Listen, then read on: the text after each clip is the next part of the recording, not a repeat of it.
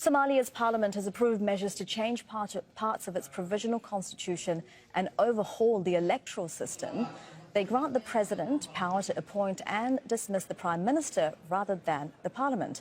Somalia has an indirect electoral system based on clans. The decision has angered politicians in the state of Puntland, who say they'll no longer recognize the federal government. The government of Puntland has withdrawn its recognition and confidence of the federal government of Somalia until there is a completed constitution, which all Somalis are in agreement with, and Puntland is a part of. As the constitution of Puntland states, the government of Puntland will exercise the powers of a full and independent state until a federal process starts in which there is agreement and yields a constitution that Somalis accept. Let's take a closer look at the region. Puntland is in northern Somalia, which is regarded as being more stable than the south. It's home to around 5 million people. Unlike its northern neighbour, the breakaway province of Somaliland, Puntland isn't seeking independence. Instead, it's functioned as a semi-autonomous region since 1998.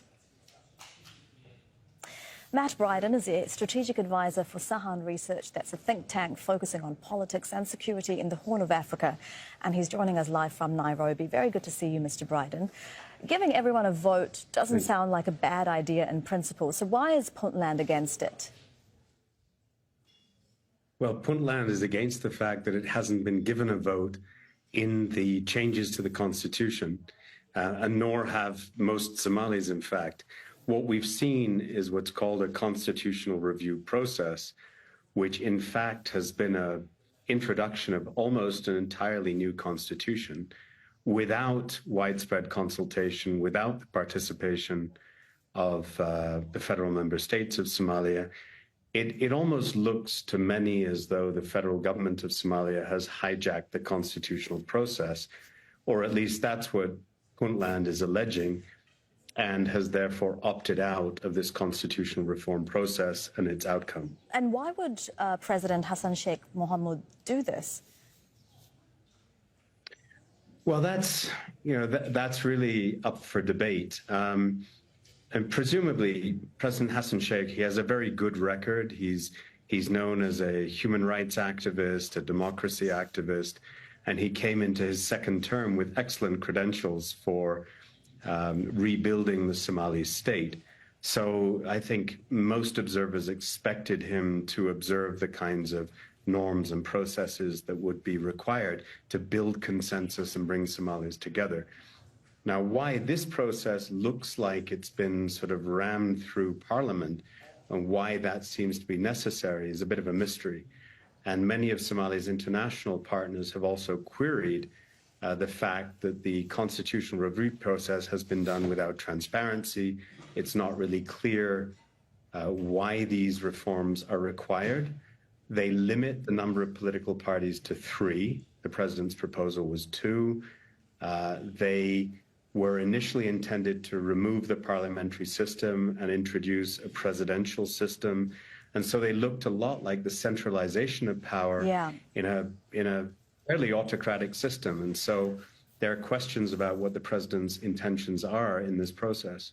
And what does it say, this reform, about the state that Somalia is in from a security point of view, as you said, because it looks like it's an effort to centralize power? Well, centralizing power in and of itself may not be a bad thing, although it contradicts the federal system that Somalia has been built on for the last, well, more than a decade.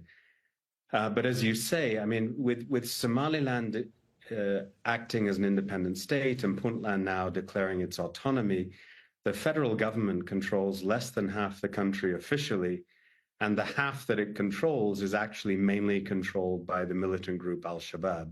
So the federal government has very limited authority. And the question now is whether any kind of constitutional review process, any kind of elections will be possible within its term of office, and or whether or not this will actually now embolden Al-Shabaab to renew its offensive against the government and seek to take over power. Yeah, I was just going to ask you, how much of a headache will this rift be for the president, who's already struggling to assert authority over the breakaway region of Somaliland? Well, it's going to be a huge headache. I mean, as long as the federal government in Mogadishu has legitimacy and appears to be moving in the right direction, then I think much of the international community will feel that Somalia is coming together as a member of the international community, as a unified state. Now, Somaliland has been acting independently for more than 30 years. And with the federal government in trouble, even within Mogadishu itself, with Al-Shabaab on the offensive, with Puntland breaking away, Mogadishu's claims to control over its own territory, never mind Somaliland, which functions as an independent state, is increasingly lacking in any kind of credibility. And I think the agreement between Ethiopia and Somaliland that was signed at the beginning of this year, which might involve recognition of Somaliland as an independent state, is looking like a real headache for Mogadishu.